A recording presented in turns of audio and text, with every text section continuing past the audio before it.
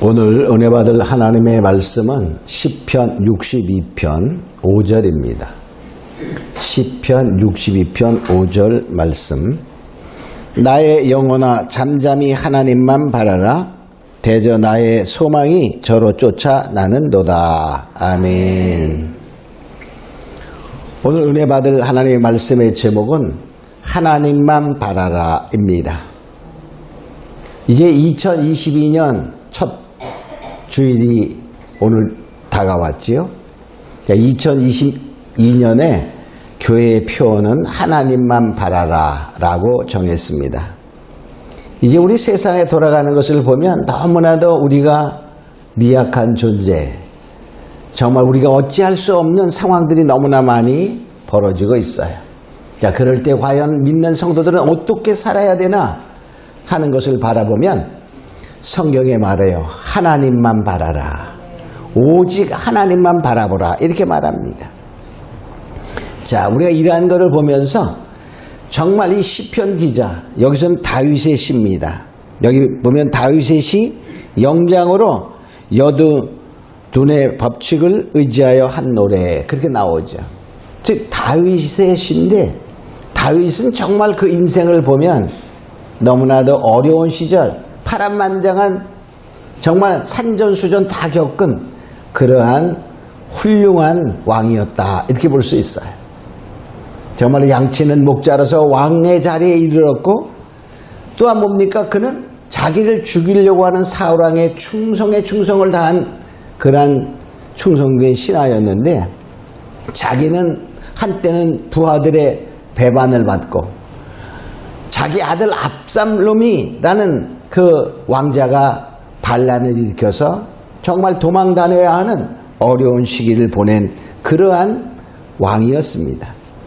자, 그런데 그가 인생을 돌아보면서 쓴 이 시편 62편에 보면 그 인생을 이렇게 보는 거예요. 여기 3절에 보니까 이렇게 말합니다. 넘어지는 담과 흔들리는 울타리 같은 사람을 죽이려고. 자기의 그 인생을 돌아보니까 넘어지는 담과 같고, 그 말이에요. 흔들리는 울타리 같다.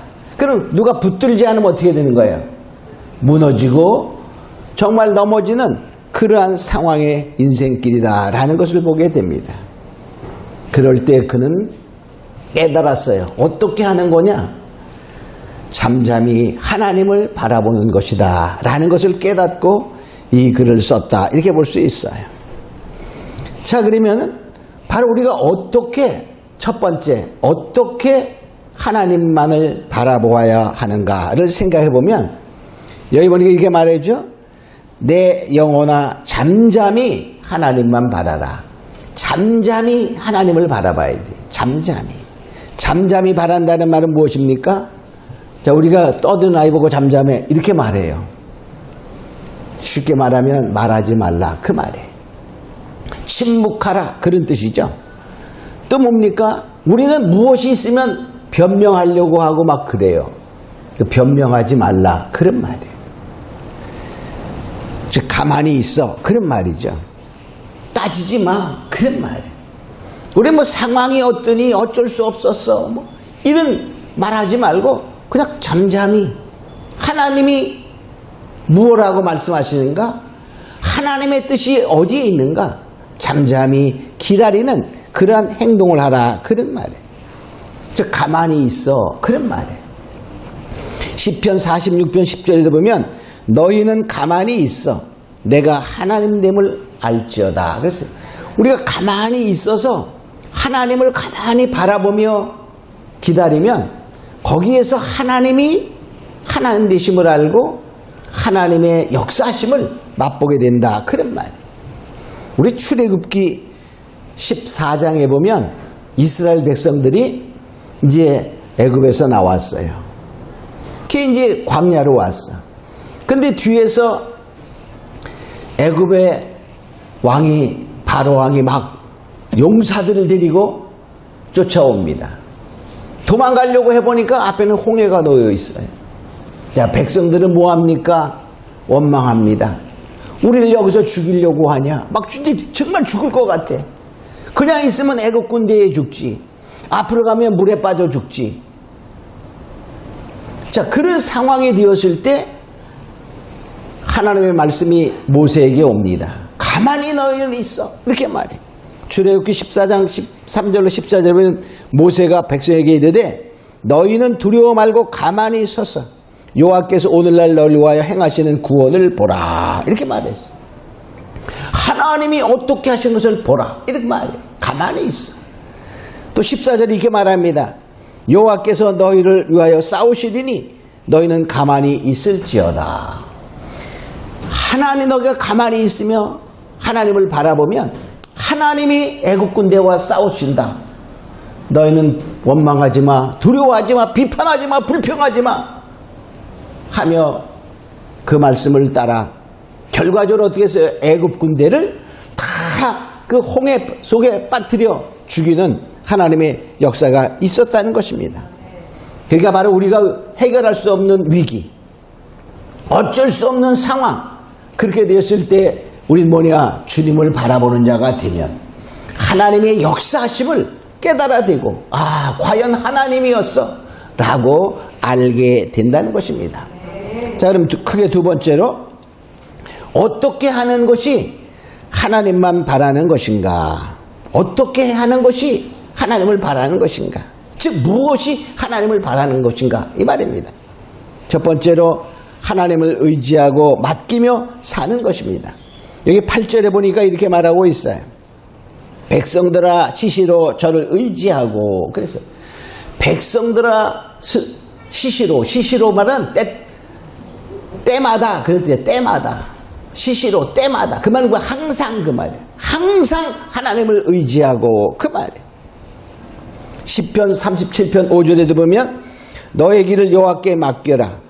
저를 의지하면 저가 이루시고, 우리의 갈 길을 하나님께 맡기고 의지하면 하나님이 알아서 이루어 주신다. 그런 말이죠. 우리가 하나님을 떠난 인생은 죽은 인생입니다. 우리가 뻐주지 살아있는데 어디 죽었냐? 이렇게 생각할 수 있지만, 자, 죽음이라는 것을 우리가 잘 알아야 돼요. 자, 우리가 느끼는 죽음은 뭐죠? 나의 육체와 나의 영혼이 분리되면 그게 육체의 죽음이야. 그 영의 죽음은 뭐냐? 하나님과 내가 분리되면, 하나님을 떠나면 영의 죽음입니다. 물고기가 물을 떠나면 잠시 동안은 사는 것 같지만 얼마 있다 죽어요. 반드시 100% 죽습니다. 마찬가지로 하나님을 떠난 영혼은 죽는다는 사실을 알아야 돼요.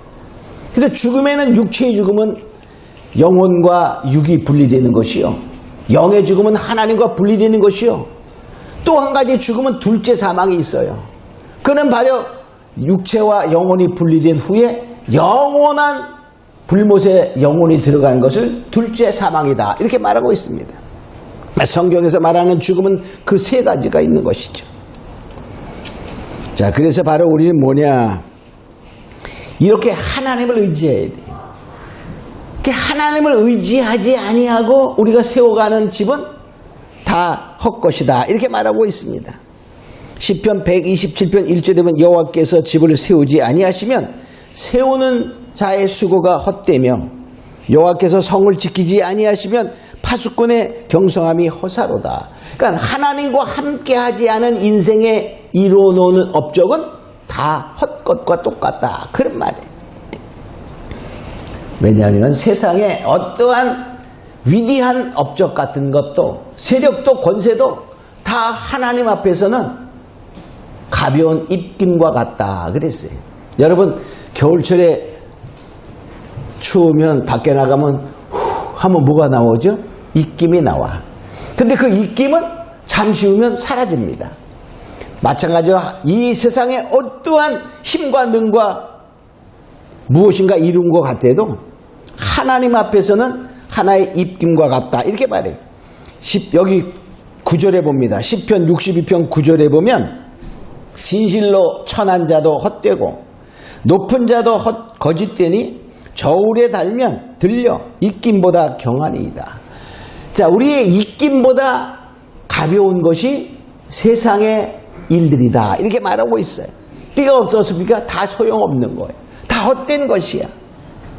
그래서 바로 뭐냐? 중요한 것이 하나님과 함께함과 하나님을 의지하는 것이 정말로 헛된 것이 안 된다는 거예요. 하나님과 함께하는 것만이 결코 헛된 것이 아니라는 사실을 알고 하나님을 의지하며 하나님께 맡기며 살아가는 자 되기를 원합니다. 하나님을 바라보며 하나님을 의지하며 살아가는 거에 첫 번째 가장 중요한 것이 예배입니다. 예배하지 않는 자는 아무리 하나님을 믿는다 해도 그는 말의 거짓말이다 하는 사실을 알아야 돼. 우리는 예배하는 자가 돼야 돼. 오늘날 하나님께서는 신령과 진정으로 예배하는 자를 찾으신다 이렇게 말하고 있죠. 요한복음 4장 23절에 보면 아버지께 참으로 예배하는 자들은 신령과 진정으로 예배할 때가 오나니 곧 이때라. 아버지께서는 이렇게 자기에게 예배하는 자들을 찾으시리라. 그러니까 하나님이 찾으시어 함께하고자 하는 자는 신령과 진정으로 예배하는 자다 이렇게 말해요. 그래서 결과적으로 우리는 다 예배한다고 하지요. 교회 나오는 사람들은. 그러나 무엇입니까? 내가 가인의 예배냐? 가인의 제사냐? 아벨의 제사냐? 이게 중요한 거예요. 히브리서 11장 4절에 보면 하나님이 왜 아벨의 제사는 받고 가인의 제사는 안 받았나 하는 것을 표현하고 있는데 히브리 11장 4절에 보면 믿음으로 아벨은 가인보다 더 나은 제사를 하나님께 드림으로 의로운 자라 하시는 증거를 얻었나니 즉 믿음을 가지고 하나님께 예배했다는 말은 하나님을 바라보며 하나님을 의지하며 바로 예배하는 예배다 이렇게 말할 수 있어요. 우린 정말로 믿음으로 신령과 진정으로 그 말은 말씀과 성령으로 이런 말 쉽게 말하면 그런 거예요. 말씀과 성령으로 하나님께 예배하는 자들은 하나님이 찾으셔. 오늘날의 믿음으로 예배하는 자들은 바로 그러한 자들인 것입니다. 이제 우리는 더욱더 성경은 말하고 있어요. 마지막 때이면 사람들이 잘 예배하지 않는다. 모이기를 피하는 시대가 된다 그랬어요. 그래도 우리는 뭐냐? 그러면서 더 열심으로 예배하는 자가 돼요. 하나님의 놀라운 축복의 역사가 이제 새해에 일어나기 위해서 축원합니다. 자, 두 번째로 어떻게 하는 것이 하나님만 바라보는 것이냐? 여기 8절에 보니까 첫 번째 뭐죠? 의지하고. 근데 두 번째 토하라 그랬어요. 마음을 토하라. 그래서 하나님을 마음을 토하라. 하나님께 마음을 토하는 거야. 자, 우리는 정말 문제가 너무 많아요. 이제 좀 편안히 좀 지내봐야지. 그러면 또 문제가 터지고, 그죠? 오늘날은 세계적인 문제가 있어. 세계적인 문제. 뭐죠? 우리 너무나 잘 알아. 2년 동안 겪고 있잖아. 그죠? 자, 코로나 19. 19년도 12월 달에 중국에서 생겨서 온 세상에 퍼졌어. 그죠? 그래서 결과적으로 그것을 19년도에 생겼기 때문에 코로나19라는 이름이 붙여졌습니다. 그뿐만이 아니라 그 여파로다 수많은 사람들이 여러 가지 고통, 질병의 고통, 마음의 고통, 경제적인 고통 등등 여러 가지 고통 속에 살아가는 사람이 너무나 많아요. 어찌할 수 없어. 내가 뭘 할 수 있는 상황이 아니야. 그죠? 그런 상황을 우리는 열왕기 하 19장 3절에 이렇게 표현하고 있어요. 여인이 아이를 낳을 때가 되었는데 해산의 능력이 없대. 그 말은 뭐죠? 그러니까 여인이 아이를 낳을 때가 다 이제 산달이 왔어. 근데 해산할 능력이 없어. 그럼 어떻게 돼? 애도 죽고 어른도 죽는 거야. 그 옛날에 그런 것이 가끔 있었잖아요. 그죠? 옛날에는 아기 낳다 죽는 어머니도 있었고 아기도 있었고 둘 다 죽는 경우도 있고 막 그랬어요. 자, 성경에 그 말이 열왕기하 19장 3절에 나오는데 저희가 이사야에게 이르되 히스기야의 말씀이 오늘은 곤란과 책벌과 능욕의 날이라. 아이가 임산하였으나 해산할 능이 없도다. 아이가 임산하였으나, 임신하였으나가 아니야. 임산하였으나. 임산이라는 말은 낳을 때가 다 되었다. 그런 뜻이야. 즉 우리들 표현하면 산딸이 되었다. 그런 뜻이야. 자, 근데 이 내용이 왜 나왔나를 우리가 생각해 보면요. 열왕기 하 18장 19절에 보면 이런 내용이 나와요. 이제 그 당시에 세계적으로 아수르라는 나라가 아주 강성한 나라였어요. 아수르가 강성한 나라.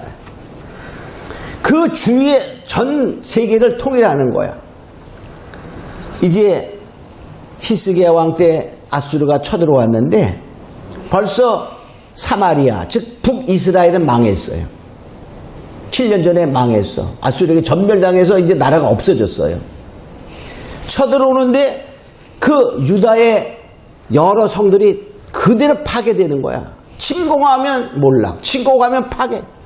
이제 예루살렘을 향하여 진격해 옵니다. 그때 아수르의 왕은 산헤립이라는 왕이었어요. 그때 침공하는 아수르의 군대의 장수가 랍사게였어요. 랍사게가 와서 야, 우리 왕에서 건질 신이 있느냐? 없다. 지금 봐라. 다 무너지지 않은 성이 어딨냐? 히스기야가 어떻게 됐을까요? 이제 바람 막 불어지는 앞에 하나의 등불과 같이 꺼져가려고 막 그런 상황이야. 얼마나 다급했는지 자기 창고에 있는 은금을 다 모았어. 그래도 부족할 것 같아서 성전 안에 있는 기둥의 금까지 다 벗겼어. 그래가지고 사네립 왕에게 바쳤습니다. 그러니까 사네립 왕이 어땠을까? 기분이 좋았을까요? 돌아갔을까요? 그리고 돌아갔으면 좋은데 받기만 하고 안 돌아가고 계속 침공 이렇게 나오는 거야. 야, 그때 히스기야가 어땠을까? 그 마음이. 여러분 상상을 해봐요. 여러분 히스기야 왕이라고 생각해봐요. 마음이 정말 두려움을 떨고 있어. 그때 이 말을 하는 거야. 아이가 임산하였으나 이제 애 낳을 때 산달이 되었는데 힘이 없어. 히스기야 왕의 표현은 나는 어찌 해도 아수르를 물리칠 힘이 없구나. 그런 한탄이 한탄. 마음이 얼마나 아팠겠어요. 그래서 이사야 선지자에게 부하를 보내서 이 나라를 위해 기도해 주세요 라고 간절히 부탁을 해. 그래서 사신을 보냈어. 이사야가 기도합니다. 하나님의 말씀이 이사야에게 왔어요. 왕이여 두려워하지 마십시오. 이제 하나님이 한 영을 보내서 그 산헤립 왕이 물러가게 하겠습니다. 이렇게 하나님의 말씀이 전해졌어요. 야, 그러면 여러분 같으면 어떨까? 마음을 푹 놓고 할렐루야 하고 아마 이렇게 마음을 하나님께 맡겨놓고 기다렸는지 몰라. 야, 그런데 상황은 안 그래. 이제 더 랍사게가 와서 항복하라. 안 하면 바로 침공이다. 절대로 우리의 손에서 벗어날 수 없다. 라면서 공격의 명령을 하게 됩니다. 야, 그리고 산헤립 왕의 편지를 주고 갔어요. 이제 완전히 하나님의 말씀은 두려워 말라. 내가 한 영을 보내어 그 산헤립 왕의 마음을 어지럽게 하고 돌아가게 하겠다라고 이사야 선지자가 말씀했지만 상황은 점점 더 어려워지는 거야. 그래서 히스기야 왕이 이제 그 편지를 받은 다음에 얼마나 힘들었을까? 얼마나 좌절했어요. 그 편지를 가지고 하나님의 성전에 올라갑니다. 성전에 올라가서 하나님! 이렇게 외치면서 그는 기도를 하는 거예요. 기도하는 내용이 열왕기하 19장 4절 이하에 보면 여호와의 전에 올라가서 그 편지를 여호와 앞에 펴놓고 주는 천하만국의 홀로 하나님이시라. 주께서 천지를 조성하셨나이다. 하나님이 하나님 되심을 우선 찬양하는 거예요. 위대하신 하나님, 이렇게 찬양하며 16절에 이렇게 기도합니다. 여호와여 귀를 기울이소서. 여호와여 눈을 떠서 보시옵소서. 사내립이 사신 하나님을 회방하려 보낸 말을 들으시옵소서. 저 하나님 믿지 않은 사내립 왕이 살아계신 하나님을 회방하는 소리를 들으셨습니까? 어떻게 좀 해주세요 라며 정말 상한 마음을 하나님께 간절히 통회하는 기도하는 것을 보게 됩니다. 여러분이 그 상태를 보세요. 히스기야 왕의 그 심령이 어땠을까? 정말 이것이 그 상한 마음을 하나님께 토하는 기도였다, 이렇게 볼 수 있어요. 10절 다시 한번 여호와여 귀를 기울여 들으시옵소서. 여호와여 눈을 떠서 보시옵소서. 저 사내립이 살아계신 하나님을 회방하는 것을 보시옵소서. 들으시옵소서 라고 통회의 기도를 할 때에 하나님이 들으셨어요. 하나님이 들으셨어요. 그 밤에, 이 밤에. 그래서 이렇게 말합니다. 열왕기하 19장 35절, 이 밤에 히스기야 왕이 그렇게 간절히 기도하며 상한 마음을 토하는 그러한 그 밤에 그런 말을 여호와의 사자가 나와서 아수르 진에서 군사 18만 5천을 친지라. 아침에 일어나 보니 다 송장이 되었더라. 하나님께서 그 히스기야 왕의 기도를 듣고 하나님의 사자가 아수르 군대 18만 5천 전원을 다 멸망시켰다, 그런 말이에요. 하나님은 그렇게 토하는 기도를 들으신다는 거예요. 시편 51편 17절에 보면 하나님이 구하는 제사는 상한 심령이라.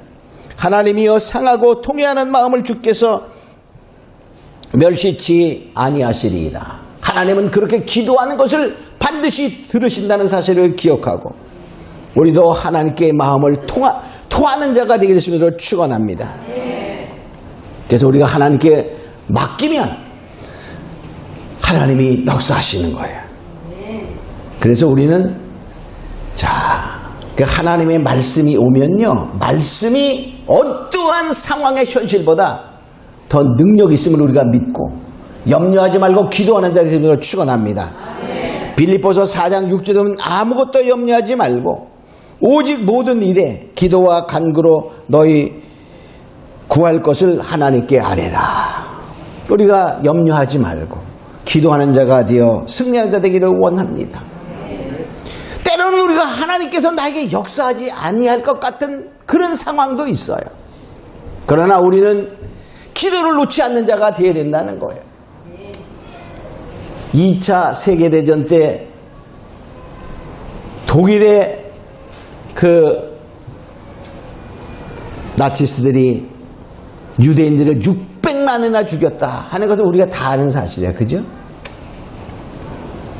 자, 그런데 그 나중에 그 유대인들이 학살당할 때 지하 감옥에서 하나의 벽에 쓰여 있는 글이 발견되었는데 그 벽에는 바로 이러한 글이었어요.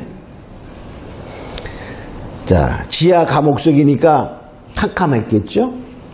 자, 그래서 거기에 어떤 사람이 손톱으로 막 긁어서 썼어. 그 내용은 이랬어요. 비록 태양빛이 비춰오지는 않지만 나는 저기에 태양이 있음을 믿는다. 비록 지금 사랑이 느껴지지는 않지만 나는 저기에 여전히 사랑이 존재함을 믿는다.